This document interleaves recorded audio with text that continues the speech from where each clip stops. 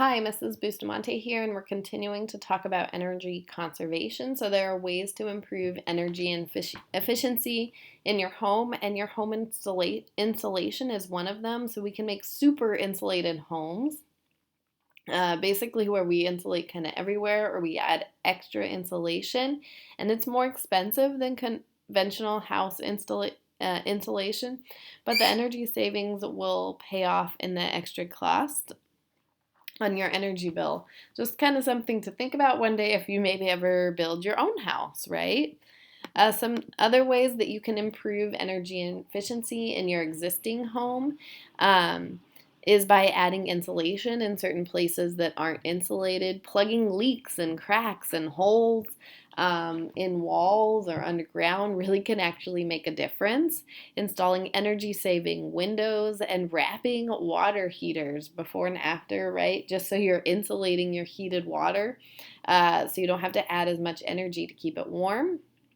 Installing tankless models of water heaters, and then just buying energy efficient appliances and lights. We talked about that Energy Star rating a little bit earlier. Now, most things like your washing machine and your dryer and your dishwasher, all of those are Energy Star rated, and your refrigerator, because we're trying to improve energy efficiency.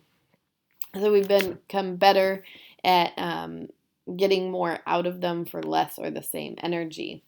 So, reducing energy use. This is a really important slide to be able to memorize and talk about. And there are many ways that you as individuals can reduce energy consumption.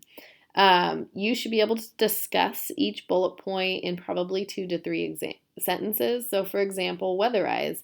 If your windows and doors have gaps around them, and perhaps if you live in an older home, this happens, even some newer homes have it, right?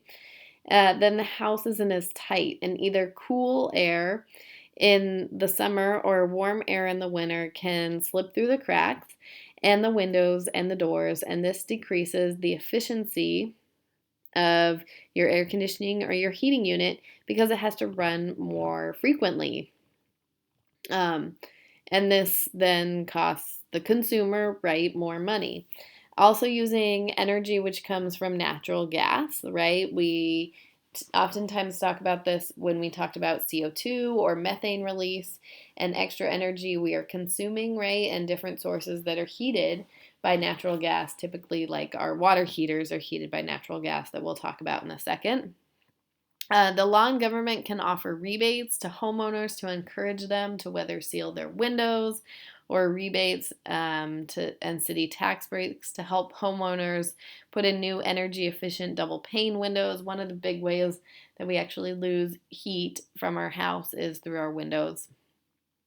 So some things, weatherizing, we just talked about insulating, sealing gaps, turning your thermometer down in the winter and up in the summer, right? So you're not running it as often, reducing the use of hot water, replacing incandescent bulbs with compact fluorescents or LEDs, transportation, walking, riding your bike, taking public transportation, carpooling, consolidating your trips, right? Buying Energy Star appliances and plugging them when possible, and using a power strip or use a laptop rather than a desktop computer.